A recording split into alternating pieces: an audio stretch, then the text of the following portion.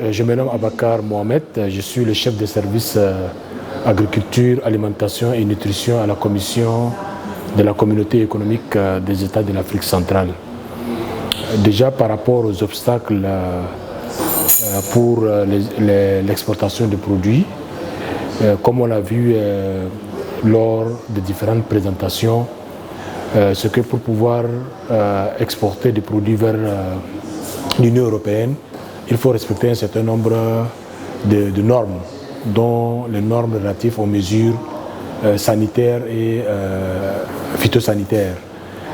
Et ce qui se dégage, on a remarqué que déjà le pays de destination a des normes, l'Union africaine a des normes sur un certain nombre de produits. Et qu'au niveau de nos États, les premiers obstacles, c'est qu'on n'a pas des structures de laboratoire certifiées qui peuvent dire que les produits à exporter vers l'Union européenne sont conformes aux normes imposées par l'Union européenne. Donc ça, c'est le premier obstacle, c'est qu'on n'a pas de laboratoire vraiment certifié. L'autre obstacle, c'est, vous avez vu la diversité des acteurs qui interviennent dans la conformité d'un produit. Et ces acteurs ne disposent pas d'un mécanisme harmonisé pour pouvoir valider de manière unanime la qualité d'un produit ou assurer la sûreté alimentaire d'un produit. Donc là également, c'est un des obstacles qui pourrait impacter l'importation de nos produits alimentaires vers l'Union européenne. Maintenant, en ce qui concerne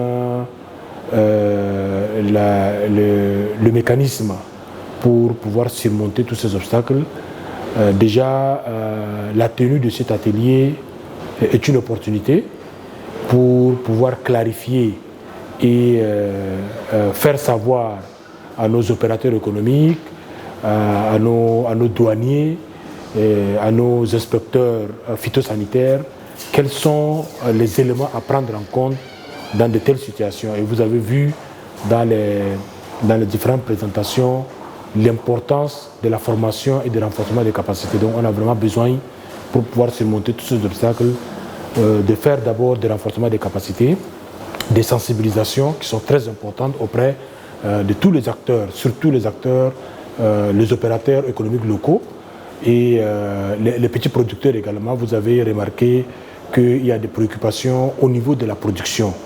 Déjà, il faut sensibiliser les gens à mettre en place un mécanisme clair, bien détaillé dès la production pour que le produit ne soit pas contaminé par des pesticides qui sont interdits au niveau de l'Union européenne. Parce que vous avez vu dans la salle, on nous a parlé par exemple des pesticides qui sont hors usage au niveau de l'Union européenne et qui se retrouvent par exemple au Cameroun, et le paysan n'est pas au courant, il peut utiliser ce pesticide, alors que lors de l'exportation, les agents peuvent découvrir que le produit alimentaire contient ce pesticide qui a été déjà exclu au niveau de l'Union européenne, alors que l'information n'est pas passée au niveau du Cameroun, par exemple, disant que ce produit phytosanitaire est hors d'usage ou interdit au niveau de l'Union européenne. Donc voilà, ça c'est des éléments qu'on peut travailler avec nos producteurs, avec les exploitants agricoles, avec les douaniers,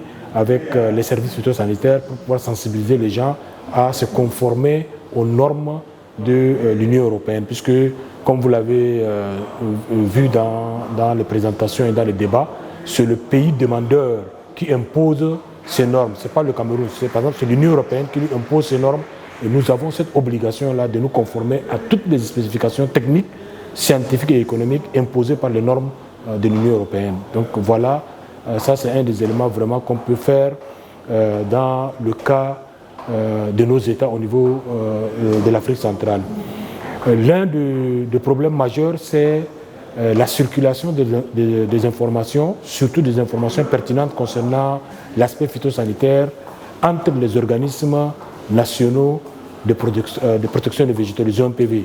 Donc il n'y a pas un échange, une plateforme qui permet d'échanger des informations, parce qu'une maladie qui attrape par exemple une culture et que si cette maladie n'est pas diffusée dans une plateforme au niveau régional, ça peut se propager, ça peut quitter le Cameroun, ça peut aller au Tchad, du Tchad ça peut aller en Centrafrique, ainsi de suite. Or, si nous avons une plateforme de communication, un cadre de concertation, un cadre d'échange, automatiquement à travers ce cadre, cette plateforme, on informe les autres pour dire attention, faites attention, on a détecté une maladie au Cameroun et on prend les dispositions pour que cette maladie ne puisse pas se diffuser dans les autres États. Ça, c'est des choses qu'on peut faire au niveau régional.